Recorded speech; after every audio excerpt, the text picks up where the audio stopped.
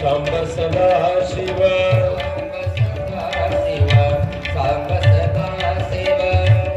ಶಿವ ಜೈ ಮಂಗಲಂ ಜೈ ನಮ ಪಾರ್ವತಿ ಶಿವ ಹರ ಹರ ಮಹಾದೇವ.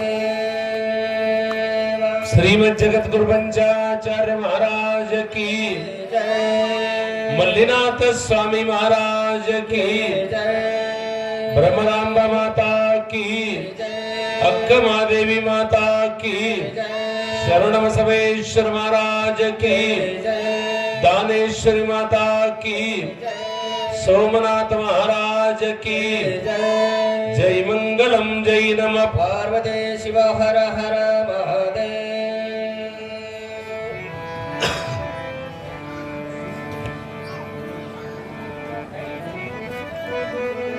ಸದಾ ಸ್ಮರಣೀಯರಾದ ಶಾರ್ಪಡು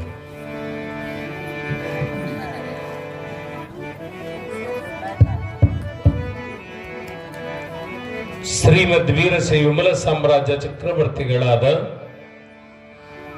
ರೇಣುಕಾದಿ ಪಂಚಾಚಾರ್ಯರ ಪವಿತ್ರವಾಗಿರುವ ಶ್ರೀಚರಣಗಳಿಗೆ ಅನಂತ ಕೋಟಿ ಪ್ರಣಾಮಗಳನ್ನು ಸಮರ್ಪಿಸಿ ತಾತ್ವಿಕ ತಳಹದಿಯ ಮೇಲೆ ಸಾತ್ವಿಕ ಸಮಾಜವನ್ನು ನಿರ್ಮಾಣ ಮಾಡಿದ 12ನೇ ಶತಮಾನದ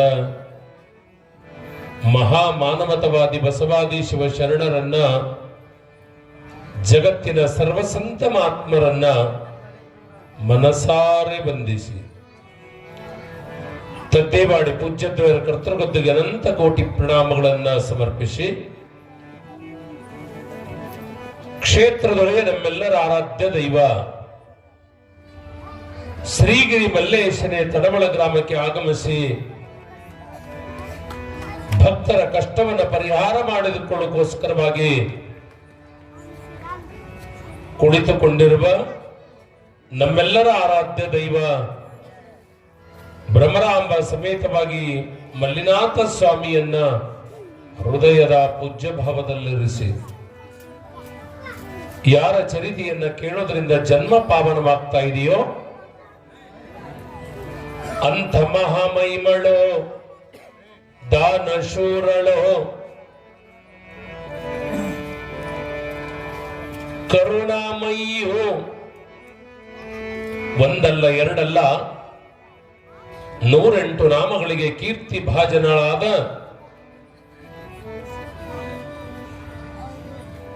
ಗುಡ್ಡಾಪುರದ ಗುಡ್ಡವ್ಯ ತಾಯಿಯನ್ನ ಹೃದಯದ ಪೂಜ್ಯ ಭಾವದಲ್ಲಿರಿಸಿ ಪುರಾಣಕ್ಕೆ ಬಸವನಂದೀಶರಾಗಿರುವಂತಹ ಪೂಜ್ಯನೀಯ ವೇದಮೂರ್ತಿ ಸ್ವಾಮೀಜಿಗಳವರೇ ಮೊದಲು ಮಾಡಿಕೊಂಡು ಗ್ರಾಮದ ಎಲ್ಲ ಸ್ವಾಮೀಜಿಗಳ ಶ್ರೀಚರಣಗಳಿಗೆ ಭಕ್ತಿಯಿಂದ ನಮಿಸಿ ಸಂಗೀತ ಕಲಾ ಬಳಗದ ಶ್ರೇಷ್ಠ ವಿದ್ವಾಂಸರಾಗಿರುವ ಭಾಗಣ್ಣ ಅರವಳ್ಳಿಯವರೇ, ನಾಡಿನ ಹೆಸರಾಂತ ತಬಲಾ ವಾದಕರಾಗಿರುವ ಶಾಂತಕುಮಾರ್ ಜೇರಟಿಗೆಯವರೇ, ಈ ಜ್ಞಾನದಾಸೋಹದಲ್ಲಿ ಸಮ್ಮಿಳಿತರಾಗಿರುವ ಸರ್ವ ಭಕ್ತಜನ ಬಂಧುಗಳೇ, ವಾತ್ಸಲ್ಯ ಮೂರ್ತಿ ತಾಯಂದಿರ ಮುದ್ದು ಮಕ್ಕಳೇ, ಅವರವರನ್ನದೇ ಆಗಮಿಸಿರುವ ತಮ್ಮೆಲ್ಲರಿಗೂ ಕೂಡ ಶರಣು ಶರಣಾರ್ಥಿಗಳು ಶಿವಸ್ವರೂಪಿಗಳೇ.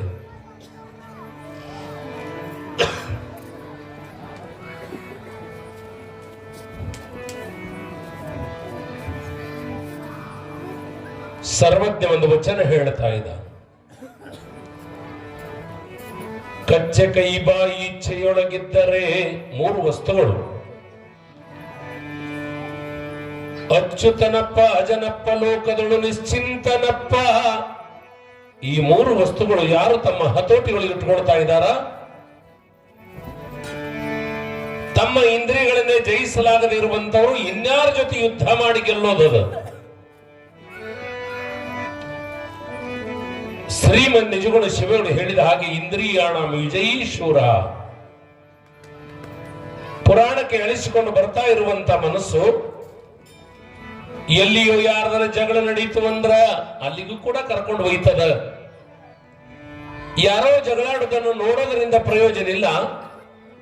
ಪುರಾಣ ಪ್ರವಚನಕ್ಕೆ ಬಂದಿರುವಾಗ ಉತ್ತಮವಾಗಿರುವಂತಹ ಮಾತುಗಳನ್ನ ಬದುಕಿನೊಳಗೆ ಕಟ್ಟಿಕೊಂಡಾಗ ಉತ್ತಮರ ಸಂಘದಿಂದ ಮತಿಗೆ ಮಂಗಲವನ್ನು ಉಂಟು ಮಾಡುತ್ತದೆ. ಆ ಕಾರಣಕ್ಕಾಗಿ ಒಳ್ಳೇದು ಎಲ್ಲಿ ನಡೀತಾ ಇದೆ ಅಲ್ಲಿ ಧಾರಾಳವಾಗಿ ಹೋಗೋದಕ್ಕೆ ಪ್ರಯತ್ನ ಪಡಬೇಕು.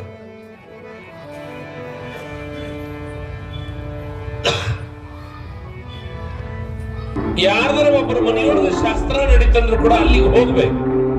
ಎರಡು ಉತ್ತಮವಾಗಿರುವಂತ ಮಾತುಗಳನ್ನ ಆಲಿಸ್ಬೇಕು.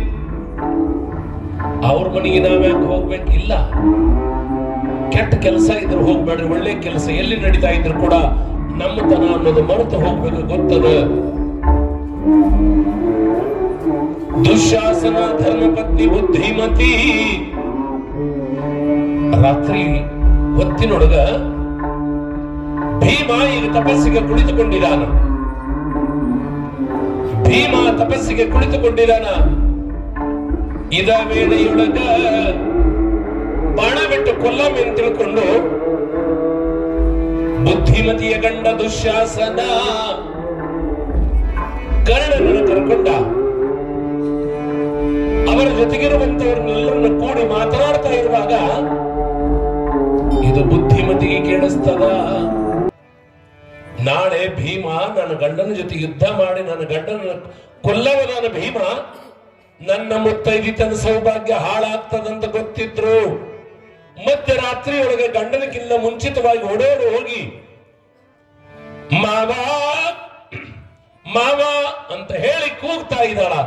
ಕೂಗಿದಾಗ ಭೀಮ ಎಚ್ಚರಾದ.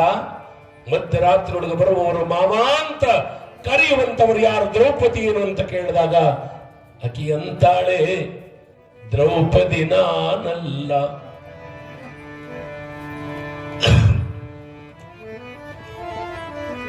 ನಾಳೆ ದಿನ ನನ್ನ ಗಂಡನ ಜೊತೆ ಯುದ್ಧ ಮಾಡಿ ನನ್ನ ಗಂಡನ ಕೊಲ್ಲೋದಕ್ಕಾಗಿ ಸಿದ್ಧನಾಗಿರುವ ಭೀಮ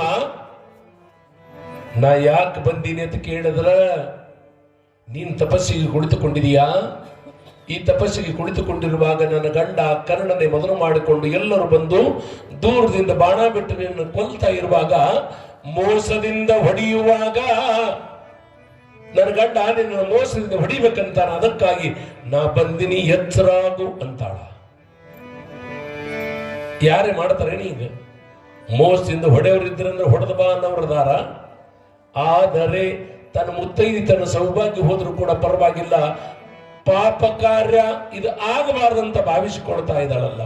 ವೈರಿಯಾಗಿದ್ರು ಕೂಡ ಎಲ್ಲಿ ಪುಣ್ಯದ ಕಾರ್ಯ ನಡೀತಿರ್ತದೆ, ಯಾವುದು ಒಳ್ಳೇದು ಅನಿಸ್ತಿರ್ತದೆ ಅದನ್ನು ಮಾಡೋದಕ್ಕೆ ಪ್ರಯತ್ನ ಪಡಬೇಕು. ಇದು ಬುದ್ಧಿವಂತರ ಲಕ್ಷಣ.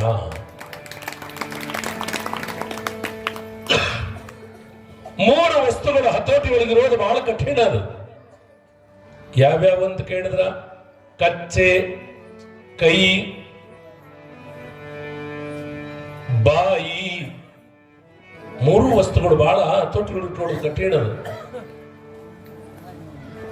10,000 100 ರೂಪಾಯಿದ ಬಂಡಲ್ ಕೊಟ್ಟಿರುವಾಗ ಇದನ್ನು ಒಯ್ದು ಕೊಟ್ಟ ಬಾನುವಾಗ ಅದ್ರಾಗ ಒಂದು ತಕ್ಕೊಂಡು ಏನಾಗ್ತದ ತಿಳ್ಕೊಂಡು ಒಂದು ಕಿಶದಾಗ ಇಟ್ಕೊಂಡು ಇನ್ನೊಬ್ಬರಿಗೆ ಕೊಡುವಂತ ವಿಚಾರ ಮಾಡ್ತಿರ್ತಾನ. ಅವಾಗ ಹೇಳಬೇಕು, ಕೈ ಪಾಪ್ ಮಾಡ್ತಲ್ಲ ಅಂತ ತಿಳ್ಕೊಂಡು. ಕೈ, ಬಾಯಿ, ದೇವರು ಭಗವಂತನ ಸ್ಮರಣೆಯನ್ನು ಮಾಡೋದಕ್ಕೆ ಬಾಯಿ ಕೊಟ್ಟಾನೆ. ವಿಠ್ಠಲ ವಿಠ್ಠಲ ವಿಠ್ಠಲ ವಿಠ್ಠಲ ವಿಠ್ಠಲ ಪಾಂಡುರಂಗ ವಿಠ್ಠಲ ಅನ್ನುವ ಸಂತರು ಕೆಟ್ಟ ಮಾತುಗಳನ್ನೇ ಆಡಲಿಲ್ಲ. ಕಾರಣ ಏನು ಅಂತ ಕೇಳಿದ್ರೆ,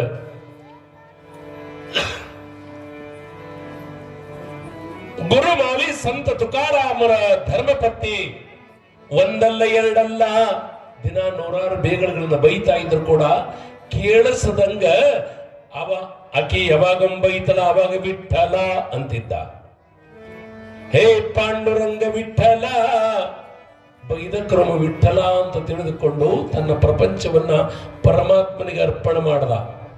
ನಮಗ ಹಂಗ ಮಾಡಕ್ಕಾಗಿಲ್ಲ. ಗಂಡಂದ್ ಬೈದಂದ್ರೆ ನಾವು ಕೈ ಚೀಲ್ ತಗೊಂಡು ತವ್ರ ಮನೆಗೆ ಹೊಂಟೀವಿ. ಹೇಳ್ತಿ ಬೈದಲ್ಲ ಅಂದ್ರೆ ಕೈಯಾಗ ಬಡಿಗೆ ಇಡ್ರೀವಿ. ಗೊತ್ತದ ನಮಗ. ಕಾರಣ ಏನು ಅಂತ ಕೇಳಿದ್ರೆ, ಈ ಜಗತ್ತಿನೊಳಗೆ ಬಂದು ಕೆಲವು ದಿನ ಇದ್ದು ಹೋಗಾಕತ್ತ ಬಂದಿರುವಾಗ ಇಲ್ಲದ ವ್ಯಾಪ ತಾಪ ದೇಹದೊಳಗೆ ಹಾಕಿಕೊಂಡು ಕಾಲರಡವನ್ನು ಮಾಡೋದಕ್ಕೆ ನಾವ್ಯಾರೂ ಬಂದಿಲ್ಲ ತಾಯಿ, ಬಂದಿಲ್ಲ.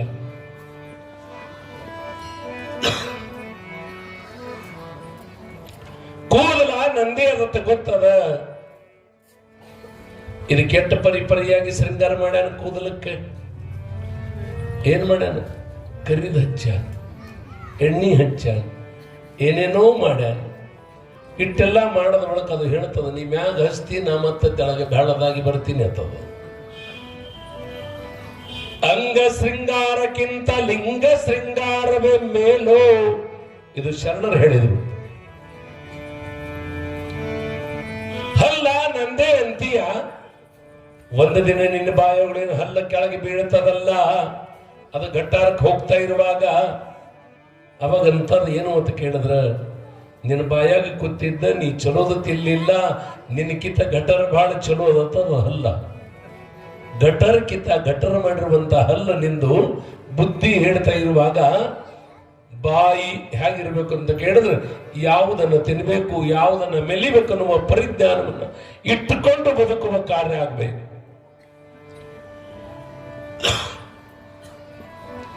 ಮೂರನೇದಾಗಿ ಶೀಲ. ಈ ಶೀಲವನ್ನ ತಮ್ಮ ಬದುಕಿನೊಳಗೆ ಅಳವಡಿಸಿಕೊಂಡು ನಡೆದಿರುವಂತವರೇ ಸಂತ ಮಹಾತ್ಮರಾಗಿದ್ದಾರೆ. ಪುಣ್ಯಾತ್ಮರೇ, ದಾನೇಶ್ವರಿ ತಾಯಿ ಬಹಳ ಸುಂದರವಾಗಿರುವಂತ ಹೆಣ್ಣು ಮಗಳು. ನೋಡಿದ ತಕ್ಷಣವೇ ರಂಬೆ ಊರ್ವಶಿ ತಿಲೋತ್ತಮೆಯರು ಕೂಡ ಇವಳು ಮುಂದೆ ನಾಚುವಷ್ಟು ಪರಮಾತ್ಮ ಸೌಂದರ್ಯವನ್ನು ಕೊಟ್ಟಿದ್ದ ಕಾರಣ ಏನು ಅಂತ ಕೇಳಿದ್ರೆ, ಕೈಯೊಳಗೆ ಲಿಂಗ ಇಟ್ಟು ನಿತ್ಯವೂ ಕೂಡ 3 ಹೊತ್ತು ಪೂಜೆಯನ್ನು ಮಾಡ್ತಾ ಇರುವಾಗ ಆ ತ್ರಾಟಕ ಯೋಗದಿಂದ ರೂಪ ತನ್ನಷ್ಟಕ್ಕೆ ತಾನೇ ಬರ್ತದ. ಮುಖದೊಳಗ ಶಾಂತಿಯ ಕಳೆ ತುಂಬುತ್ತದ.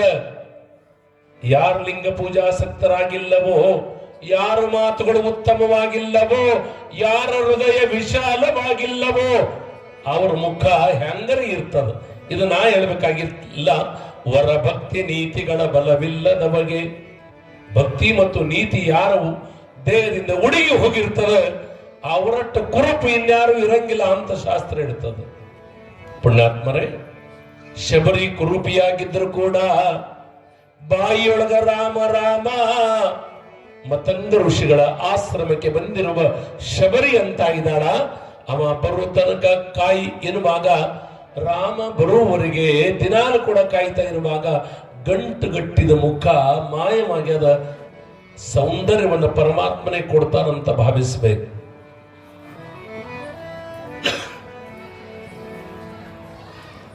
ಏನಾಗ್ಯದ? ದಾನೇಶ್ವರಿ ತಾಯಿ ಕಲ್ಯಾಣ ಮಾರ್ಗವನ್ನು ಹಿಡಿದಿರುವಾಗ, ಕಲ್ಯಾಣಕ್ಕೆ ಹೋಗುವಾಗ, ಇವತ್ತಿನಂಗ ರೋಡ್ ಇಲ್ಲ, ಇವತ್ತಿನಂಗ ಮೊಬೈಲ್ ಇಲ್ಲ, ಇವತ್ತಿನಂಗ ಫೋನ್ ಇಲ್ಲ, ಇವತ್ತಿನಂಗ ಪತ್ರ ಇಲ್ಲ, ಏನು ಇಲ್ಲದ ಕಾಲದೊಳಗೆ ಕಾಲ್ನಡಿಗೆಯಿಂದ ನಡೀತಾ ಹೋಗುವ ತಾಯಿ ದಾರಿಯೊಳಗ 4 ಜನ ದೂರದಿಂದ ನೋಡ್ಯಾರ. ಪುಣ್ಯಾತ್ಮರೇ, ಅವತ್ತ ರಾವಣ ಇದ್ದ ಅಂತ ಹಿಂಗ ತಿಳ್ಕೊಬೇಡ್ರಿ. ಘರ್ ಘರ್ ಮೇ ರಾವಣ ಪೈದಾ ಹುವಾ ತೋ ರಾಮ್ ಕಹಾ ಸೆ ಲಾವೋ. ಮನಿಗೆ ರಾವಣನಂತವರೇ ಹುಟ್ಟದ ರಾಮನಂತವ್ರನ್ನ ಎಷ್ಟು ಜನರಿಗೆ ತರಕಾಗ್ತದ ಹೇಳಿ ನೋಡೋಣ. ಅವತ್ತು ರಾವಣ ಇದ್ದ, ಇವತ್ತು ರಾವಣನ ರೂಪದೊಳಗೆ ಅನೇಕರಿದ್ದಾರೆ. ಅವತ್ತು ಭೀಮನಿದ್ದ, ಇವತ್ತು ಭೀಮನ ರೂಪದೊಳಗದ. ಅವತ್ತು ಅರ್ಜುನವಿದ್ದ, ಇವತ್ತು ಕೂಡ ಅರ್ಜುನರದಾರ. ಅವತ್ತು ಧರ್ಮರಾಜ ಇದ್ದ, ಇವತ್ತಿನ ಕೂಡ ಧರ್ಮರಾಜನಂತವರದ. ಕಾರಣ ಏನು ಅಂತ ಕೇಳಿದ್ರೆ, ಈ ಬದುಕು ಧರ್ಮಮಯವಾಗಿ ನಡಿಬೇಕನ್ನೋ ಕಾರಣ ಇಟ್ಕೊಂಡು ಅನೇಕ ಜನರು ಇಂದಿನವರೆಗೂ ಕೂಡ ಆ ಧರ್ಮ ಮಾರ್ಗದೊಳಗೆ ನಡೆಯುವಂತವರಾಗಿದ್ದಾರೆ. ಯಾವುದು ಅಧರ್ಮ, ಯಾವುದು ಧರ್ಮ ಅನ್ನೋದೊಂದಿಷ್ಟು ಪರಿಜ್ಞಾನ ದೇವರು ಕೊಟ್ಟನನ್ನುವಾಗ ಪಾಪ ಕಾರ್ಯಗಳನ್ನು ಮಾಡಲಾರದ ಹಾಗೆ ಮನುಷ್ಯ ಬದುಕಬೇಕು. 4 ಜನ ನೋಡಿದಾರ, ಸೋಮನಾಥನಿಲ್ಲ. ಜೊತೆಯಲ್ಲಿ ಗಂಡಗಿದ್ರ ಹಾದಿನೇ ಬೇರೆ. ಊರಿಗೆ ಹೋಗುವಾಗ ಅವ ಹೆಂಗರೆ ಇರ್ಲಿ, ಗಂಡೊಬ್ಬ ಪಕ್ಕದೊಳಗಿರುವಾಗ ಹೆಂಡತಿಗೆ ಅನಿಬಲ ಬಂದಂಗಾಗಿರ್ತದೆ. ಗಂಡನಿಲ್ಲದ ಆ ದಾರಿಯೊಳಗ ಏಕಾಂಗಿಯಾಗಿ ತಾಯಿ ದಾನೇಶ್ವರಿ ಹೋಗ್ತಾ ಇದ್ದಾಳ. ಹೋಗುವಾಗ ನೋಡಿದ್ರು 4 ಮಂದಿ. ಓಹೋ, ಎಂಥ ರೂಪ, ಎಂಥ ಯೌವನ, ಓಹೋ ಇವಳನ್ನ ಮುಟ್ಟಿ ಸುಖ ಪಡುವೆವು ನಾವು. ಪುಣ್ಯಾತ್ಮರೇ, ಮನಸ್ಸು ಯಾವಾಗ ಯಾವಾಗ ಕೆಡ್ತದಂತ ಗೊತ್ತಿಲ್ಲ. ಶಿಶುನಾಳ ಶರೀಫ್ ಸಾಹೇಬರಿಗೆ ಗೋವಿಂದ ಭಟ್ರು ಹೇಳಿದ್ರಂತ, ಸಾಯಂಕಾಲದ ಸಮಯದೊಳಗ ಇದೊಂದು ಕೊಡ ನೀರು ತಗೊಂಡು ಬಾರೋ ಅಂದ ತಕ್ಷಣ ಗೋವಿಂದ ಭಟ್ರು ನೀರು ತರಾಕಂತ ಹೋಗ್ಯಾರ. ಮಲಪ್ರಭಾ ನದಿಯ ದಡದೊಳಗ ನೀರು ಬಾಗಿಸಿಕೊಂಡು ಕಟ್ಟಿ ಮೇಲೆ ಇಡುದ್ರಾಗ ಗೌಡ್ರು ಸೊಸಿ ಸಣ್ಣ ವಯಸ್ಸಿನೊಳಗ ಅಕ್ಕಿನೂ ನೀರಿಗೆ ಬಂದಾಳ.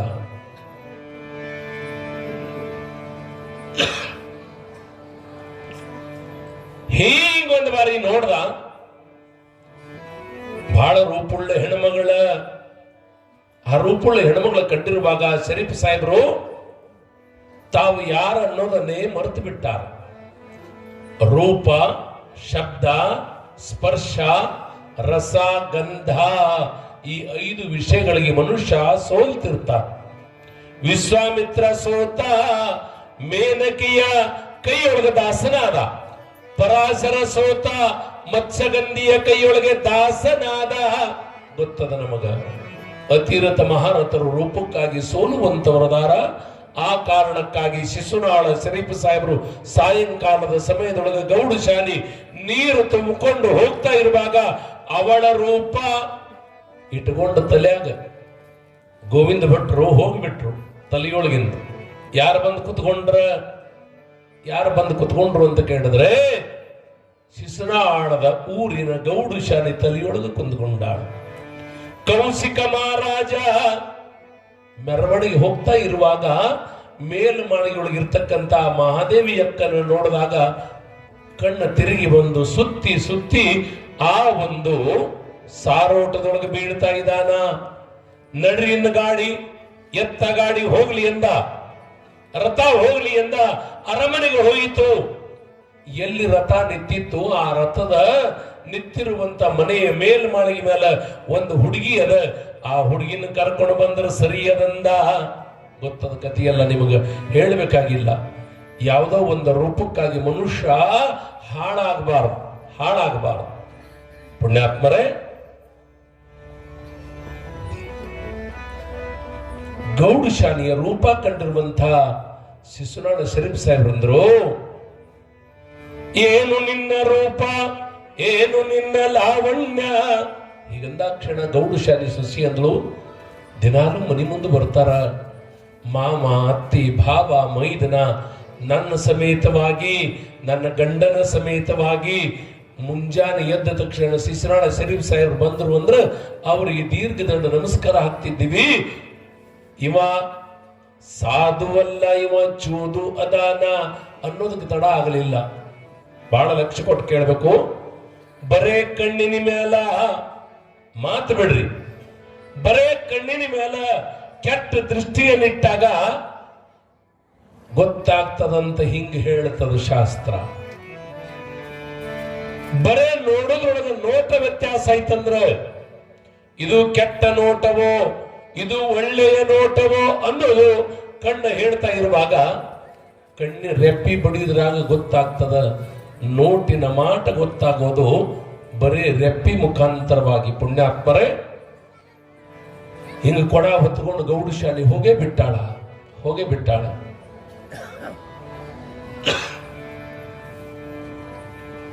ನದಿ ದಂಡಿಗೆ, ಈ ಮಲಪ್ರಭಾ ನದಿ ದಂಡಿಗೆ ಶರೀಫ್ ಸಾಹೇಬರು ಕುಂತ್ಕೊಂಡಾರ. ಸಂಜೆ ಮಡಿ 6 ಆಗ್ಯದ, 7 ಆಗ್ಯದ, 8 ಆಗ್ಯದ, 9 ಆಗ್ಯದ, 10 ಆಗ್ಯದ. ಈಗ 8 ಆಗ್ಯದ್ರಿ ಈ ಕವಲಿಗಳವ್ರ 10 ಆಗ್ಲಕ್ ಬಂದದ್ದು. 11 ಆಗ್ಯದ, 12 ಆಗ್ಯದ. ಸಮಯ ಹೋಗ್ತದ. ನೀವು ಕೂತ್ರು ಹೋಗ್ತದ, ನಿತ್ರು ಹೋಗ್ತದ. ಗೊತ್ತಿರ್ಬೇಕು ಸಮಯ ಎಷ್ಟು ಅಮೂಲ್ಯ ಅಂತ ತಿಳ್ಕೋಬೇಕು. 1 ವರ್ಷದ ಮಗನಿಗೆ ಹುಟ್ಟಬ್ಬ ಆಚರಣೆಯನ್ನ ತಾಯಿ ಮಾಡ್ತಾ ಇರುವಾಗ ಹ್ಯಾಪಿ ಬರ್ತ್ಡೇ ಟು ಯು ಅನ್ನುವಾಗ ಏನಾಗ್ಯದ ಅಂತ ಕೇಳಿದ್ರಿ ಅಂದ್ರೆ ವಾಸ್ತವವಾಗಿ ಒಂದು ಮಗು ತನ್ನ ಆಯುಷ್ಯದ 1 ವರ್ಷವನ್ನ ಕಳ್ಕೊಂಡದ ಅನ್ನೋದು ಸತ್ಯದ. ಆದರೆ ನಾವು ತಿಳ್ಕೊಳ್ಳೋದು ಕಾಲ ಸುಮ್ಮನೆ ಇರಂಗಿಲ್ಲ. ಅರ್ಧ ತಾಸು ಹಿಂದೆ ಬಂದಿರುವಾಗ ನಾ ಕುಳಿತುಕೊಂಡು ಇಲ್ಲಿ ಸಾಂಬ ಸದಾಶ್ ಹೇಳಿರುವ ಸಮಯ ಅದು ಕಳೆದು ಹೋಯಿತು, ಅದಕ್ಕೆ ಭೂತಕಾಲ ಅಂತ ಇದ್ದಾರೆ. ಇನ್ನೊಂದು ಬಾರಿ ಜೀವನದೊಳಗೆ ಬರ್ತದಂತ ಅಲ್ಲ, ಅದಕ್ಕಾಗಿ ಹೇಳ್ತಾ ಇದ್ದಾರೆ, ಸುಮ್ಮನೆ ಕಾಲವನ್ನು ಕಳೆದು ಸಾವುದು ಚಿತವೇ. ಸಾಯ್ಲಕ್ಕಾಗಿ ಹೋಗ್ಬೇಡೋ, ಈ ಪವಿತ್ರವಾಗಿರುವಂತ ಜನ್ಮ ಕೊಟ್ಟಿರುವಾಗ ನಾನು ಯಾರು, ಈ ಜಗತ್ತು ಯಾವುದು, ಪರಮಾತ್ಮ ಯಾರು ಅಂತ ಹಿಂಗೆ ತಿಳ್ಕೊಳ್ಳಾಕ ಪವಿತ್ರವಾಗಿರುವಂತ ಜನ್ಮ ಪರಮಾತ್ಮ ಕೊಟ್ಟರುಳುವಾಗ, ಹೋಗುವಾಗ, ಬರುವಾಗ ಓಂ ನಮಃ ಶಿವಾಯ, ಓಂ ನಮಃ ಶಿವಾಯ ಇದೆ ಅಂತ ಹೇಳಂಗಿಲ್ಲ. ಯಾವ ಮಂತ್ರವಾದರೇನು ಅದು ಭಗವಂತನನ್ನೇ ಕೂಡ್ತದ. ಚಪಾತಿ ಅದ ಹಿಟ್ಟಿಲೆ ಮಾಡ್ಯಾರ, ಶಾವ್ಗಿ ಅದೇ ಹಿಟ್ಟಿಲೆ ಮಾಡ್ಯಾರ, ಸಮೋಸ ಅದೇ ಹಿಟ್ಟಿಲೆ ಮಾಡ್ಯಾರ, ಚಕೋಲಿ ಅದೇ ಹಿಟ್ಟಿಲೆ ಮಾಡ್ತಾರ. ಮತ್ತೇನ್ ಮಾಡ್ತಾರ? ನಾನಾ ತರ ಉಪ್ಪಿಟ್ಟು ಮಾಡ್ತಾರ, ಗೋಧಿ ಇದೆ ಗೊತ್ತಿರ್ಬೇಕು ನಮಗ. ಹೆಸರು ಬ್ಯಾರೆ ಬ್ಯಾರೆ ಬ್ಯಾರೆ ಆಗಿದ್ರು ಕೂಡ ಮೂಲ ಗೋಧಿ ಹಂಗದನೋ ಹಂಗ ಈ ಜಗತ್ತಿನೊಳಗ ಸತ್ಯವಾಗಿರುವಂತ ವಸ್ತು ಒಂದೇ ಅದ, ಅದು ಶ್ರೀಗಿರಿ ಮಲ್ಲಯ್ಯ ಒಬ್ಬನೇ ಅದಾನ. ಉಳಿದೆಲ್ಲ ನಾಮಗಳು ಕೂಡ ಭಿನ್ನ ಭಿನ್ನವಾಗಿ ತೋರ್ತಾ ಇದ್ರು ಕೂಡ ಹರಿಯುವಾಗ ಗಂಗಾ, ಹರಿಯುವಾಗ ಯಮುನಾ, ಹರಿಯುವಾಗ ಕೃಷ್ಣ, ಹರಿಯುವಾಗ ಕಾವೇರಿ, ಹರಿಯುವಾಗ ಭೀಮಾ. ನಾಮಗಳು ಸಾವಿರ ಆದ್ರೂ ಕೂಡ ಸಮುದ್ರದೊಳಗೆ ಕೂಡಿದ ಬಳಿಕ ಇದು ಭೀಮಾ ನದಿ ನೀರನ್ನು ತಕೊಳಕ್ ಬರ್ತದೆ ಏನಿಲ್ಲ. ಕೂಡುವವರೆಗೆ ಉಪಾದಿಯಿಂದ ಬೇರೆ ಕಂಡ್ರು ಕೂಡ, ಆದರೆ ಸಮುದ್ರ ಸೇರಿದ ಬಳಿಕ ನಾಮ ಶೂನ್ಯವಾಗ್ತಾ ಇದ್ದಾವ. ಹಿಂಗೆ ತಿಳ್ಕೊಳ್ಬೇಕು. ಸತ್ ಸಾಯೋತನ ಅದೊಂದು ಇದೊಂದು ಹೆಸರು ಇರ್ತದ ಅಷ್ಟೇ, ಗೊತ್ತಿರ್ಬೇಕು ನಮಗ. ಬೇರೆ ನಾಮ ರೂಪದಿಂದ ಮನಿ ಬೇರೆ ಬೇರೆ ಆಗಿದ್ರು ಕೂಡ, ಪ್ರಪಂಚ ಬೇರೆ ಆಗಿದ್ರು ಕೂಡ, ಭೂಮಿ ತಾಯಿಯನ್ನು ಪಾಕೆಟ್ದೊಳಗೆ ಎಲ್ಲರಿಗೆ ಹಂಗ ಹೋಗ್ಲಿ ಇಡ್ತಾರ, ಹಂಗ ಬಂದವರು ನಾವುಗಳು. ಇರೋತನ ಒಳ್ಳೆಯ ಕಾರ್ಯ ಆಗ್ಬೇಕು. ಯಾವಾಗ ಹೋಗ್ತೀನಂತ ಗೊತ್ತಿಲ್ಲ, ಸಾವು ನಮಗೂ ತಿಳಿದಿಲ್ಲ, ನಿಮಗೂ ತಿಳಿದಿಲ್ಲ. ಈ ದೇಹದಿಂದ ಉತ್ತಮವಾಗಿರುವಂತಹ ಕಾರ್ಯಗಳು ನಡಿಬೇಕನ್ನೋ ಕಾರಣವನ್ನು ಇಟ್ಟುಕೊಂಡು ಸಂತ ಮಹಾತ್ಮರ ಹೇಳ್ತಾ ಇದ್ದಾರೆ, ಕರಕ್ಕೆ ಸತ್ಪಾತ್ರ ದಾನವೇ ಭೂಷಣ. ಕೈಗಳು ಎದಕ್ಕೆ ಕೊಟ್ಟನಂತ ಕೇಳಿದ್ರೆ ಯಾರಿಗಾರಿ ಹೊಡ್ಯಾಕ ಬಡ್ಯಾಕ ಕೊಟ್ಟಿಲ್ಲ. ಈ ಕೈಯಿಂದ ಎತ್ತಿ ದಾನ ಧರ್ಮವನ್ನು ಮಾಡಿ ಈ ಕೈಯನ್ನ ಪವಿತ್ರಗೊಳಿಸಿಕೊಳ್ಳಬೇಕು. ಕಣ್ಣಿನಿಂದ ಯಾರದರೆ ಜೋಳ ನೋಡಿ ನಮ್ಮ ಹೊಲ್ದನ ಜೋಳಕ್ಕಿಂತ ಭಾಳ ಚಲೋದತ್ತು ಹಿಂಗೆ ಒಳಗೆ ಮರ ಮರಗುವುದಲ್ಲ. ದೇವರವರಿಗೆ ಕೊಟ್ಟನ ಒಳ್ಳೇದಾಗ್ಲಿ ಅಂತ ಭಾವಿಸೋದು. ಯಾರೇ ಬಂಗಾರ ಬಳಿ ಉಟ್ಕೊಂಡ್ರಂದ್ರ ಆಕಿದ ಭಾಳ ದಿಮಾಕ ಸುಮ್ಮನೆ, ಅವ್ರ ಮನೆಗಿನ ಬಂಗಾರ ಅವ್ರು ಉಟ್ಕೊಂಡ್ರ ನಮ್ಮ ಮನಸ್ಸಿನಾಗ ಯಾಕೆ ದಿಮಾಕ ಅನ್ಬೇಕು ಗೊತ್ತಿರ್ಬೇಕು. ನಾನು ಆಡುವ ಮಾತುಗಳು ಇನ್ನೊಬ್ಬರ ಹೃದಯವನ್ನು ಕೆಡಿಸಬಾರ್ದು, ನಾನು ಆಡುವಂಥ ಮಾತುಗಳು ಇನ್ನೊಂದು ಮನಸ್ಸನ್ನ ತಾಪು ಮಾಡಬಾರ್ದು. ಅದಕ್ಕಾಗಿ ಬಂದವರಲ್ಲ ನಾವು ಪುಣ್ಯಾತ್ಮರೇ. ಒಳ್ಳೆಯ ಕಾರ್ಯ ಆಗ್ತಾ ಇರ್ಬೇಕು. ಶರೀಫ್ ಸಾಹೇಬರು ತಾನು ಯಾರು ಅನ್ನೋದನ್ನೇ ಮರೆತು ಬಿಟ್ಟಾನ. ಏನಿವಳ ರೂಪ, ಏನಿವಳ ಲಾವಣ್ಯ, ಹೀಗಂದ ಆ ಕ್ಷಣವೇ ಶರೀಫ್ ಸಾಹೇಬ್ರ ತಲೆ ಕೆಟ್ಟದಂದಳು ಆಕೆ. ಶರೀಫ್ ಸಾಹೇಬ್ರ ತಲೆ ಕೆಟ್ಟದಂದಳು ಆಕೆ. ಹೋಗ್ತಾ ಇದ್ದಾಳ. ರಾತ್ರಿ 1 ಆಗ್ಯದ, 2 ಆಗ್ಯದ, 3 ಆಗ್ಯದ, 4 ಆಗ್ಯದ. ನಸುಕಿನ 4 ಗಂಟೆ ತಕ್ಕ ನದಿ ದಂಡಿಗೆ ಕೂತ್ಕೊಂಡ. ಏನ್ರಿ ಅದ್ರಾಗ ಎಷ್ಟು ತಲೆ ಕೆಟ್ಟಿರ್ಬೇಕು ಯೋಚನೆ ಮಾಡ. ಯಾವ ವಿಷಯದೊಳಗ ವ್ಯಕ್ತಿ ಮುಳುಗುತ್ತಾ ಇದ್ದಾನ ಅದು ಸಿಗುವವರೆಗೂ ಕೂಡ ತಾನು ಯಾರು ಅನ್ನೋದನ್ನ ಮರಿತಿರ್ತಾನೆ. ಇದು ಲಕ್ಷ್ಯದಾಗ ಇಟ್ಕೋಬೇಕು. ಯಾವ ವಿಷಯದೊಳಗೆ ಪ್ರವೇಶ ಮಾಡ್ತಾ ಇದ್ದಾನ ಆ ವಿಷಯ ವಸ್ತು ತನಗೆ ದೊರೀತಾ ಇರುವವರೆಗೆ ಮನುಷ್ಯನಿಗೆ ಸಮಾಧಾನ ಅನ್ನೋದು ಇರಂಗಿಲ್ಲ. ಆ ಕಾರಣಕ್ಕಾಗಿ ಕಾಮಾತುರಾಣಂ ನ ಲಜ್ಜಂ ನ ಭಯಂ, ಭಯ ಮತ್ತು ನಾಚಿಕೆ ಅನ್ನೋದಿರೋದಿಲ್ಲ. ನಸಿಕಿನ 4 ಗಂಟೆಗೆ ಒಂದು ಶಬ್ದ ಬಂತು.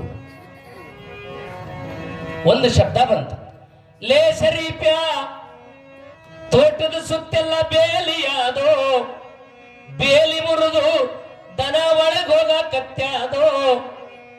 ಆ ದನಕ್ಕೆ ರಕ್ತ ಬರುವಂಗ ಬಡಿಬೇಕು, ಗುರುವಿನ ಮನಸ್ಸ ಸಮಾಧಾನ ಪಡಿಸಬೇಕು ಶರೀಫ. ಈ ಮಾತುಗಳನ್ನ 4 ಮಾತುಗಳನ್ನ ಕೇಳಿರುವಂತ ಶರೀಫ್ ಸಾಹೇಬ್ರು ಅಂತ ಇದ್ದಾರ. ಆ ತಾಯಿಗೆ ತಾಳಿ ಅನ್ನುವ ಬೇಲಿಯನ್ನ ಅವಳ ಗಂಡ ಹಾಕ್ಯಾನ. ಪ್ರತಿಯೊಬ್ಬ ತಾಯಿಗೂ ಕೂಡ ತಾಳಿ ಅನ್ನುವಂತ ಬೇಲಿಯನ್ನ ಅವಳ ಪತಿದೇವ ಹಾಕಿರುವಂಥದ್ದು. ಆ ಬೇಲಿ ಮುರಿದು ಒಳಗೆ ಹೋಗಾಕತ್ತಿರುವ ದನ ಮತ್ಯಾರು ಅಲ್ಲ, ಇದೇ ದನ ಅಂತ ತಿಳ್ಕೊಂಡ. ಈ ದನಕ್ಕೆ ರಕ್ತ ಬರುವಂಗ ಬಡಿಬೇಕು, ಗುರುವಿನ ಮನಸ್ಸ ಸಮಾಧಾನ ಪಡಿಸಬೇಕು ಮಗನೇ. ಹೀಗಂದ ಅಕ್ಷಡ ಶರೀಫ್ ಸಾಹೇಬ್ರು ಅಂತಾರ. ಈ ದನ ಕೆಟ್ಟ ಕಾರ್ಯ ಮಾಡಿ ಅದನ್ನುವಾಗ ಈ ದನಕ್ಕೆ ರಕ್ತ ಬರುವಂಗ ಬಡಿಸಿಕೊಡ್ಬೇಕಂತ ತಿಳ್ಕೊಂಡು ನಸಿಕನೊಳಗೆ 4 ಗಂಟೆಗೆ ಎದ್ದು ಗೌಡು ಶಾಲೆ ಮನೆಗೆ ಬರ್ತಾನೆ. ಗೌಡು ಸೊಸಿ ನಸಿಕನೊಳಗೆ ಎದ್ದು ಕಸಬರ್ಗೆ ಹಿಡ್ಕೊಂಡು ಹುಡುಕ್ತಾ ಇರುವಾಗ ಹಾಲು ಬೆಳೆದಂಗಳದೊಳಗೆ ರೂಪ ಕಂಡ. ಮತ್ತ ಅಲ್ಲಿ ಅದೇ ಅಂದ, ಏನು ನಿನ್ನ ರೂಪ, ಏನು ನಿನ್ನ ಲಾವಣ್ಯ ಅಂದ ತಕ್ಷಣ ಆ ತಾಯಿ ಅಂತಾಳ, ಮಠಕ್ಕೆ ಹೋಗು ಶರೀಫ, ಮನೆಗೆ ಯಾಕೆ ಬಂದ ಅಂತ ತಿಳ್ಕೊಂಡು, ಇವ ಬಿಡಂಗ್ ಕಾಣಿಸಂಗಿಲ್ಲ ಅಂತ ತಿಳ್ಕೊಂಡು ತಾಯಿಂದ್ರ ಬಹಳ ಲಕ್ಷ ಕೊಟ್ಟು ಕೇಳಬೇಕು. ವಾಟ್ಸಪ್ನಾಗ ಗೊತ್ತಿರ್ಲಾರ್ದು ಯಾರೋ ಹಾಯ್ ಅಂತ ಕಳಿಸ್ತಾರ, ಎಲ್ಲಿಂದ ನಂಬರ್ ತೆಗೆದುಕೊಡ್ತಾರ ಗೊತ್ತಿಲ್ಲ. ನಂಬರ್ ತಗೊಂಡು ಹಾಯ್ ಅಂತ ಕಳಿಸಿದಾಗ ನೀವು ಹಲೋ ಅಂತೀರಿ, ಮುಂದೆ ಮಾತುಕತೆ ಪ್ರಾರಂಭ ಆಗ್ತದೆ. ಯಾರು ಅಂತ ಗೊತ್ತಿರ್ಲಾರ್ದೆ ಮುಂದೆ ಮಾತುಕತೆ ಪ್ರಾರಂಭ ಆಗಿ ಆಗಿ ಆಗಿ ನಾನು ಯಾರು ಅನ್ನೋದನ್ನು ಮರೆತು ವಾಟ್ಸಪ್ನೊಳಗೆ ಮೆಸೇಜ್ ಮುಖಾಂತರವಾಗಿ ನಾ ಗಂಡೊಳು ಬಾಲಿ ಅದೀನಿ ಅನ್ನೋದನ್ನು ಮರೆತು ಅವರ ಮಾತಿಗೆ ಉತ್ತರ ಕೊಡ್ತಾ ಕೊಡ್ತಾ ಕೊಡ್ತಾ ಮುಂದೆ ಗಂಡನ ಕೈಗೆ ಸಿಕ್ಕ ಬಳಕ ಅವ ತವ್ರ ಮನೆಗೆ ಅಟ್ಟುತ್ತಾನೆ. ಮೆಸೇಜದೊಳಗೆ ಹಿಂಗೆ ನೋಡಿ ಮದುವೆಯಾಗಿ 3 ದಿನದಾಗೆ ತವ್ರ ಮನೆ ದಾರಿ ಹಿಡಿದು ಬಾಳ ನರಕ ಮಾಡಿಕೊಂಡವ್ರ ಕತೆ ಸಾವಿರಾರದಾವ. ಬಳಸ್ರಿ ಬ್ಯಾಡ ಅಂತಲ್ಲ, ಮಾತಾಡ್ರಿ ಬ್ಯಾಡ ಅಂತಲ್ಲ, ತಪ್ಪು ದಾರಿ ತುಳಿತಾ ಇದ್ರ ಅವರಿಂದ ದೂರ ದೂರ ದೂರ, ಅವರಿಂದ ಈ ಜನ್ಮ ಇರುವವರೆಗೆ ದೂರ ದೂರ ದೂರ ಇರೋದಕ್ಕೆ ಪ್ರಯತ್ನ ಪಡಬೇಕು. ನಮ್ಮ ಜೀವನವನ್ನು ವ್ಯರ್ಥ ಮಾಡಿಕೊಂಡು ವಾಟ್ಸಪ್ಪೇ ಸತ್ಯ ಅಂತ ಭಾವಿಸಿಕೊಂಡಿವಿ ಅಂದ್ರೆ ಜೀವನ ಕೆಟ್ಟು ಹೋಗ್ತದಲ್ಲ. ಆ ಕಾರಣಕ್ಕಾಗಿ ಗಂಡುಳ್ಳ ಬಾಲೆ ನಸುಕಿನ ಸಮಯದೊಳಗ ಶರೀಫ್ ಸಾಹೇಬರು ಬರ್ತಾ ಇರುವಾಗ ಒಂದು ವೇಳೆ ಶರೀಫ್ ಸಾಹೇಬ್ರ ಮಾತಿಗೆ ಮನ್ನಣೆ ಕೊಟ್ಟಿದ್ರ ಶರೀಫ್ ಸಾಹೇಬ್ನು ಹಾಳಾಗ್ತಿದ್ದ, ನನ್ನ ಜೀವನ ಬರ್ಬಾದ ಆಗ್ತಿತ್ತು ಅಂತ ತಿಳಿದುಕೊಂಡಿರುವಂತ ತಾಯಿ ಅವಾಗ ಕೂಗ್ತಾಳ, ಮಾವಾ ಮಾವಾ ಅಂತ ಕೂಗಿದಾಗ ಒಳಗಿರುವಂತ ಗೌಡ ಕೈಯೊಳಗೆ ಬಡಗಿ ತಗೊಂಡು ಹೊರಗೆ ಬಂದ. ಕತಿ ಕೇಳಿರಿ ನೀವೆಲ್ಲ, ಮತ್ತೊಂದ್ಸಲ ಹೇಳ್ತೀನಿ ನಾನು. ಹೊರಗೆ ಬಂದಿರುವಾಗ ಬಾಗಿಲ ಮುಂದೆ ಸಂತರಾಗಿರುವ ಶರೀಫರು, ನಸಿಕರೊಳಗೆ ಮಹಾತ್ಮರು ಸಂತರು ದರ್ಶನ ನೀಡಿದ್ರೆ ಮನಿನೂ ಉದ್ಧಾರ ಆಗ್ತದ, ಮನಸ್ಸು ಬೆಳವಣಿಗೆ ಆಗ್ತದ. ಅದಕ್ಕಾಗಿ ದೊಡ್ಡವರ ದರ್ಶನ ಅದು ಸೂರ್ಯನೇಳುವುದಕ್ಕಿಂತ ಮೊದಲು ಮಹಾತ್ಮರ ದರ್ಶನವ ಮಾಡು ಅಂತ ಹೇಳ್ಯಾರ. ಸೋಮವಾರಕ್ಕೊಮ್ಮಲ್ಲ ಯಾವಾಗ ಬರ್ತೀರಿ? ಮುಂಜಾನೆ 10ಕ್ಕೆ ಗಂಟೆ ಹೊಡಿತೀರಿ. ಮಲ್ಲಯ್ಯ 3ಕ್ಕೆ ಎದ್ದು ಕುಳಿತುಕೊಂಡಾನ. ಯಾರ್ಯಾರು ಭಕ್ತರು ಬರ್ತಾರ ಅವ 3 ತಾಸು ನೋಡ್ತಾನೆ, ಎಲ್ಲಿ ತನಕ 6 ತನಕ ನೋಡಿ ಇನ್ನೇನು ಇವೆಲ್ಲ ಊಟ ಮಾಡಿ ಬರೋ ಭಕ್ತರು ಅಂತ ಹೇಳಿ ಅವ ಮತ್ತೆಲ್ಲರೂ ಹೋಗ್ತಾನೆ. ನಾವು ಯಾವಾಗ ಬಂದೀವಿ ಅಂತ ಕೇಳಿದ್ರೆ 9-10ಕ್ಕೆ ಬಂದೀವಿ ಅಂದ್ರೆ ನಮ್ಮ ಪ್ರಕಾರ ಮಲ್ಲಯ್ಯ ಅವ ಗುಡಿಯಾಗ ಇರ್ಬೇಕನ್ನೋರು ನಾವು ಪುಣ್ಯಾತ್ಮರೇ. ನಸುಕಿನ ಸಮಯದೊಳಗೆ ಮಹಾತ್ಮರ ದರ್ಶನ ಮಾಡಿದಾಗ ಸಾಷ್ಟಾಂಗ ನಮಸ್ಕಾರ ಹಾಕದ ಗೌಡ. ದೊಡ್ಡವರು ಎಂದಾಗ ಜಾತಿ ಸೂತಕವನ್ನು ಕಳೆದು ಮಹಾತ್ಮರು ಅನ್ನುವ ನಾಮ ಎಲ್ಲಿ ಇರ್ತದ ಅಲ್ಲಿ ತಲೆ ಬಾಗ್ತಾನೆ ಇರ್ಬೇಕನ್ನೋ ವಿಚಾರವನ್ನು ಶಾಸ್ತ್ರ ಹೇಳ್ತದ. ಉತ್ತರ ಪ್ರದೇಶದೊಳಗ ನಿಜಾಮುದ್ದೀನ್ ಅಂತ ಒಬ್ಬರು ಶ್ರೇಷ್ಠ ಸದ್ಗುರುಗಳು, ಅವರ ಹತ್ರ ತಾಯಿ ಒಬ್ಬ ಬಡ ಬ್ರಾಹ್ಮಣ ಮಗಳ ಮದುವೆ ಮಾಡ್ಬೇಕಂತಾನೆ. ಮದುವೆ ಮಾಡ್ಬೇಕಾಗಿತ್ತಂದ್ರೆ ಯಾರೂ ಕೊಡ್ಲಿಲ್ಲ ಬ್ರಾಹ್ಮಣೋತ್ತಮನಿಗೆ. ಅವ ಸಂಚಾರ ಮಾಡ್ತಾ ಮಾಡ್ತಾ ಕಾಡಿನೊಳಗಿರುವಂತ ಒಬ್ಬ ಶ್ರೇಷ್ಠ ಗುರುವರ ನಿಜಾಮುದ್ದೀನ್ ಗುರುಗಳು ಸಣ್ಣದಾಗಿರುವಂತ ಗುಡಿಸಲು ಹಾಕೊಂಡು ಕುಂತ್ಕೊಂಡಿದ್ರು. ಅವ್ರ ಹತ್ರ ಬಂದ, ನಮಸ್ಕಾರ ಮಾಡ್ದ, ಮುಖ ಬಾಡಿತ್ತು. ಏ ತಮ್ಮ, ಮುಖ ಬಾಡೋದಲ್ಲ, ಹಸಿವೆ ಆಗಿದ್ರು, ಪ್ರಸಾದ ಮಾಡು ಅಂದ್ರವರು. ಇಲ್ಲಪ್ಪ, ಮುಖ ಯಾಕೆ ಬೇಡದಂತ ಕೇಳಿದ್ರ, ಮಗಳು ಬೆಳೆದ ದೊಡ್ಡವಳಾಗಿ ಗಟ್ಟಿ ಮಾಡೀನಿ, ಇನ್ನು 5 ದಿನದಾಗೆ ಮದುವೆ ಅದ, ಎಲ್ಲಿ ಏನೂ ಸಿಗುವಲ್ದು, ಅದಕ್ಕಾಗಿ ಯಾರಾದ್ರ ಕೃಪೆಯಿಂದ ನನ್ನ ಮಗಳ ಮದುವೆ ಸುರುಳಿತ ಆಗೀತೇನೋ ಅನ್ನೋ ಕಾರಣಕ್ಕಾಗಿ ಹೊಂಟೀನಿ ಅಂದ ತಕ್ಷಣ ಗುರುಗಳಂದ್ರು, ಯಾರು ನಿಜಾಮುದ್ದೀನ್ ಗುರುಗಳು ಅಂತ ಇದ್ದಾರೆ, ಯಪ್ಪ ಎಲ್ಲ ದೇವರು ಮಾಡವ, ನಾನು ಸುಮ್ಮನೆ ಕೂಡಂದ. ಒಂದು ದಿನ ಕಳೀತು, ಮದುವೆ 8 ದಿನ ಉಳೀತು, 4 ದಿನ ಉಳೀತು, 2 ದಿನ ಕಳೀತು, ಮದುವೆ 3 ದಿನ ಉಳೀತು. ಯಪ್ಪ ಮದುವೆ 3 ದಿನ ಉಳಿದದ, ಮಗಳ ಮದುವೆ ಬಿಟ್ಟು ಎಲ್ಲೇ ಹೋಗ್ಯಾನಂತ ಜನ ಅಪವಾದ ಮಾಡ್ತಾರ. ನನಗ ದಾರಿ ತೋರಿಸು, ಮಗಳಿಗೆ 5 ತೊಲಿ ಬಂಗಾರ ಕೊಡ್ಬೇಕಾಗ್ಯದ, ಭಾಂಡೆ ಸಾಮಾನ್ ತಗೋಬೇಕಾಗ್ಯದ, ದಿನಾರೆ 3 ಉಳ್ದಾವ, ಹ್ಯಾಂಗ ಮಾಡ್ಲಿಯಪ್ಪ ಅನ್ನುವಾಗ ಇವತ್ತೊಂದು ದಿವಸ ನಿಂದ್ರದ್ರ. ಎಷ್ಟು ದಿನ ಉಳಿತ್ರಿ? 2 ದಿನ ಉಳಿತು. 2 ದಿನ ಉಳಿತು. ಯಪ್ಪ ನಾ ಹೋಗ್ತೀನಿ, ಹಂಗಾರೆ ಮಾಡಿ ಆಶೀರ್ವಾದ ಮಾಡು ಅಂದ ತಕ್ಷಣ ಅವ್ರಂದ್ರು, ನನ್ನಂತ ಕುಡ್ಲಕ್ಕೆ ಬೆಳ್ಳಿಲ್ಲ, ಬಂಗಾರ ಇಲ್ಲ, ನನ್ನಂತಕ್ಕಿದ್ರೆ ನಾಯಕ ಸಾಧುವಾಗಿ ಅಡವ್ಯಾಗ ಕೊಂಡಿರ್ತಿದ್ದಂದ್ರು. 3 ದಿನ ವಾಯ ಹೋಗಿತ್ತು, 2 ದಿನ ಮದುವೆ ಸಮಯ ಇತ್ತು. ಏನಾದ್ರೂ ಕೊಡು ಯಪ್ಪ ಅನ್ನುವಾಗ, ಏನು ಕೊಡ್ಲು ತಮ್ಮ, ಅಲ್ಲಿ ಕಾಲಾಗ ಹಾಕೊಳ್ಳೋ ಕಡಾವದಾವ, ಕಟ್ಟಿಗೆ ಆವಿಗೆದಾವ, ಇವನ್ ತಲೆ ಮೇಲೆ ಇಟ್ಕೊಂಡು ಹೋಗು, ದೇವ್ರ ಕಲ್ಯಾಣ ಮಾಡ್ತಾನಂತ ಹೇಳಿದ್ರು. ಕಟ್ಟಿಗೆ ಆವಿಗೆ ತಗೊಂಡು, ಕಟ್ಟಿಗೆ ಆವಿಂದ ಗೊತ್ತಾತಲ್ಲ, ಗುರುಗಳು ಹಾಕೊಳ್ಳುವಂತ ಕಟ್ಟಿಗೆ ಪಾದರಕ್ಷೆಯನ್ನು ಹೊತ್ತುಕೊಂಡು ಹೊರಟ. ಆಶ್ರಮ ಬಿಟ್ಟು 5-6 ಕಿಲೋಮೀಟರ್ ಹೋಗಿದ್ದ. ನಿಜಾಮುದ್ದೀನ ಗುರುಗಳಿಗೆ ದರ್ಶನ ಮಾಡಿಕೊಳ್ಬೇಕಂತ ತಿಳ್ಕೊಂಡು ಕೈಯುಮರಾಜ 5 ಆನೆ ಮೇಲೆ ಹೊರುವಷ್ಟು ಬಂಗಾರ, 5 ಒಂಟಿ ಮೇಲೆ ಹೊರುವಷ್ಟು ಬೆಳ್ಳಿ, 5 ಕುದುರೆ ಮೇಲೆ ಹೊರುವಷ್ಟು ವಜ್ರ, ಬಟ್ಟೆ ಬರೆ ಇವೆಲ್ಲವನ್ನು ತೆಗೆದುಕೊಂಡು ಮಹಾರಾಜ ಅದೇ ದಾರಿಗೋಂಟ ಬರ್ತಿದ್ದ. ಎಲ್ಲಿಗತ್ತೆ ಕೇಳಿದ್ರೆ ನಿಜಾಮುದ್ದೀನ ಗುರುಗಳಿಗೆ ದರ್ಶನ ಮಾಡಿಕೊಂಡು ನನ್ನ ಜನ್ಮ ಪಾವನ ಮಾಡ್ಕೊಳ್ಬೇಕಂತ ಬರ್ತಾ ಇರುವಾಗ ದಾರಿಯೊಳಗೆ ಬ್ರಾಹ್ಮಣ ಭೇಟಿಯಾದ. ತಲೆ ಮ್ಯಾಲ ಕಡ ಹೊತ್ತುಕೊಂಡ. ಕಡ ಬಂದ ಗೊತ್ತಾಗ್ತದ, ಅದು ಮಾತ್ಮರ ಪಾದೋದಕ ಹೊತ್ತುಕೊಂಡ. ಭಕ್ತಿಯಿಂದ ಗುರುಸ್ಮರಣೆಯೊಂದಿಗೆ ಹೆಜ್ಜೆಗೊಂದು ಬಾರಿ ಓಂ ನಮಃ ಶಿವಾಯ ಗುರು ಕೊಟ್ಟ ಮಹಾಮಂತ್ರವನ್ನು ಪಡೆದುಕೊಂಡು ತಲೆ ಮೇಲೆ ಪಾದೋದಕವನ್ನು ಹೊತ್ತುಕೊಂಡು ಮಗಳ ಮದುವೆಗಂತ ಹೊರಟಾನ. ಗುರುವಿನ ಆಶೀರ್ವಾದದಿದ್ರ ಸತ್ಯವಾಗಿತ್ತು ಅಂದ್ರ ಮಗಳ ಮದುವೆ ಏನೂ ಅಡೆತಡೆ ಆಗಂಗಿಲ್ಲ ಅಂತ ಭರವಸೆ ಇಟ್ಟುಕೊಂಡು ಪಾದರಕ್ಷೆ ಇಟ್ಟುಕೊಂಡು ಹೋಗ್ತಾ ಇದ್ರ. ಪಾದರಕ್ಷೆ ಇರುವಟ್ಟು ಕಿಮ್ಮತ್ತ ಇನ್ಯಾವುದಕ್ಕೂ ಇಲ್ಲ ಅಂತ ತಿಳ್ಕೊಳ್ಬೇಕಾಗಿತ್ತಂದ್ರ ಕಲ್ಯಾಣದ ಸಮಗಾರ ಹರಳಯ್ಯ. ಒಂದು ಶರಣಾರ್ಥಿಗೆ ಶರಣರಿಗೆ ಶರಣು ಶರಣಾರ್ಥಿ 2 ಬಾರಿ ಬಸವಣ್ಣನವರು ಶರಣಾರ್ಥಿ ಹೇಳಿದಾಗ ಅದೇ ಸಮಗಾರ ಹರಳಯ್ಯ ದಂಪತಿ ಸಮೇತವಾಗಿ ಕುಳಿತುಕೊಂಡು ಚರ್ಮದ ಚಪ್ಪಲಿಯನ್ನು ಮಾಡಿ ತಲೆ ಮೇಲೆ ಹೊತ್ತುಕೊಂಡು ಪೂಜೆಯನ್ನು ಮಾಡಿ ಬಸವಣ್ಣನವರ ಕಡೆ ಹೋಗ್ತಾ ಇರುವಾಗ ಹರಳಯ್ಯನವರೇ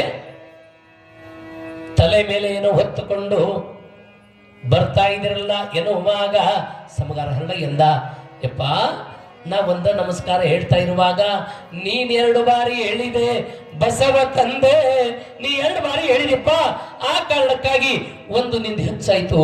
ಆ ಒಂದು ನಮಸ್ಕಾರನ ಹ್ಯಾಂಗ ಉಪಕಾರ ತೀರಿಸ್ಲಿ ಅಂತ ತಿಳ್ಕೊಂಡ ಗಂಡ ಹೆಂಡತಿ ಕೊಡ್ಕೊಂಡು ಕಲ್ಯಾಣಮ್ಮ. ಹಾಗೇನೆ ಹರಳಯ್ಯನವ್ರು ಇಬ್ರು ಕೊಡ್ಕೊಂಡು ತಮ್ಮ ತೊಡಿ ತೊಗಲಾ ಕೊಯ್ದು ಚಪ್ಪಲಿ ಮಾಡಿ ಪೂಜೆ ಮಾಡಿಕೊಂಡು ತಲೆ ಮೇಲೆ ಇಟ್ಟುಕೊಂಡು ಬಸವಣ್ಣನವರಿಗೆ ಕೊಡಾಕಂತ ಬಂದಿರುವಾಗ ಇದು ನೀವು ಮೆಟ್ಟುವ ಚಪ್ಪಲಿಗಳು ಎನ್ನುವಾಗ ಬಸವಣ್ಣವ್ರು ಮೆಟ್ಟದ್ರೆ ಏನಿಲ್ಲ. ಸಮಗಾರ ಹರಳಯ್ಯ ದಂಪತಿಗಳು ಮಾಡಿರುವ ಆ ಚರ್ಮದ ಚಪ್ಪಲಿಗಳನ್ನು ನೋಡಿ ಅಯ್ಯ ನಾನು ಸಾಮಾನ್ಯನೋ, ನಾನು ಭಕ್ತಿಯಿಂದ ಬಡವ, ಇದು ಸಾಕ್ಷಾತ್ ಕೂಡಲ ಸಂಗಮ ದೇವನು ಮೆಟ್ಟುವ ಚಪ್ಪಲಿಗಳದಾವಂತ ತಿಳಿದುಕೊಂಡು ಆ ಹರಳಯ್ಯನವರ ಚಪ್ಪಲಿಯನ್ನು ತೆಗೆದುಕೊಂಡು ಬಸವಣ್ಣ ತಲೆ ಮೇಲೆ ಇಟ್ಟು ಮೆರೆಸ್ತಾ ಇದ್ದಾನ. ಬಂಧುಗಳೇ, ಪಾದರಕ್ಷೆ ಅಂದ್ರೆ ಅದು ಸಾಮಾನ್ಯವಾಗಿರುವಂತದ್ದಲ್ಲ. ಕೈಯುಮರಾಜ ಬ್ರಾಹ್ಮಣೋತ್ತಮರಿಗೆ ಭೇಟಿಯಾದಾಗ ಯಾರು ನೀನು ಅಂತ ಕೇಳಿದಾಗ ನಾನೊಬ್ಬ ಬಡ ಬ್ರಾಹ್ಮಣ. ಎಲ್ಲಿಗೆ ಹೋಗಿದ್ದಿ ಅಂದ್ರು. ನಾನು ನಿಜಾಮುದ್ದೀನ ಗುರುಗಳ ಹತ್ರ ಹೋಗಿದ್ದೆ.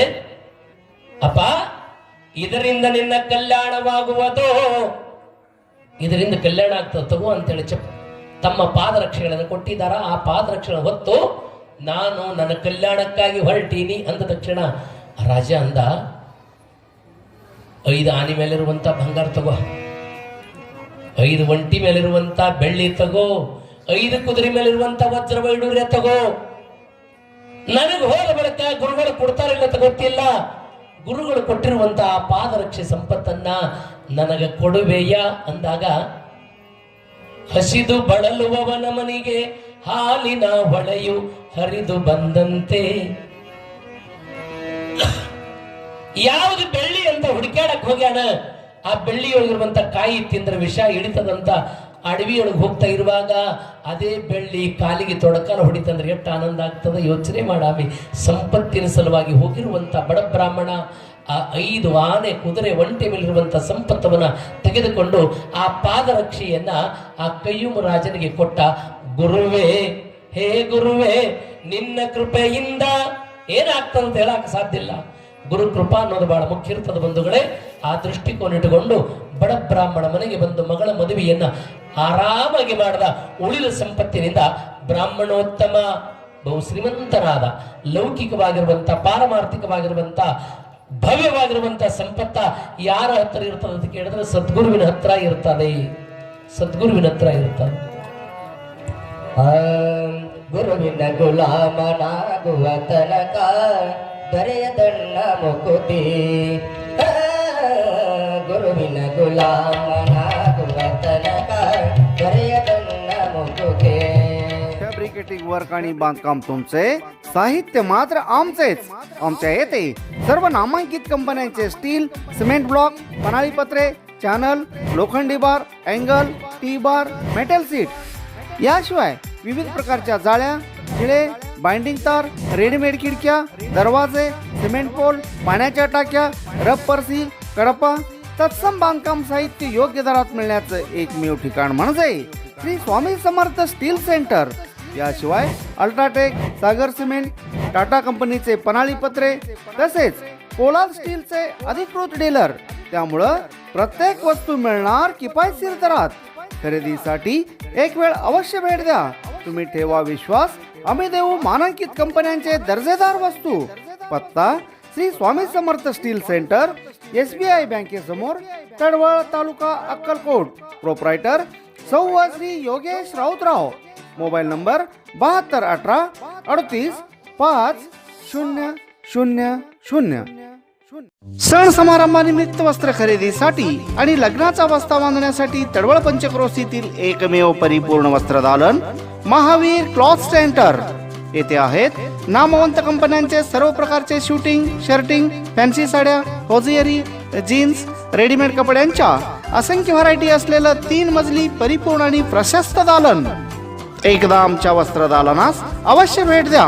आमचा पत्ता Shri SP Kasar and sons, Mahavir cloth stores, Akkalkot road, देवी मंदिरासमोर, तडवळ स्टेशन, तालुका अक्कलकोट. व्हिडिओ पाहण्यासाठी AK20 न्यूजला सबस्क्राईब करा, बेल आयकॉनला क्लिक करा, लाईक करा, शेअर करा. धन्यवाद.